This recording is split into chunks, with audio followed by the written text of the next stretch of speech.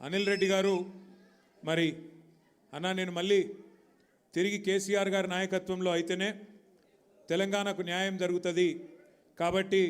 నేను కలిసి వస్తా కానీ మీరు మా వాళ్ళందరినీ కలవాలంటే తెలంగాణ భవన్కు రావాలంటే ఒక 1000 మంది వస్తాం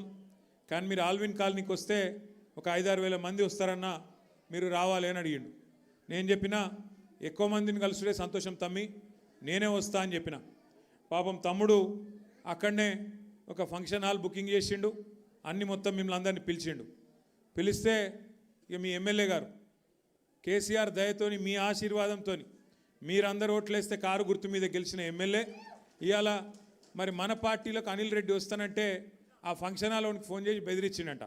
అట్లెట్లు ఇస్తావు ఏం సంగతి నీకు నీ సంగతి చూసుకుంటా మా వెనక వీడున్నాడు వాడున్నాడు అని చెప్పి ఆయన చెప్పిండట పాపం ఫంక్షన్ హాల్ ఆయన భయపడి ఆయన వెనకకు పోయిండు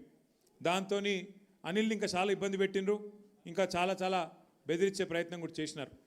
కానీ సతీష్ను కూడా మన ఎర్రబెల్లి సతీష్ని కూడా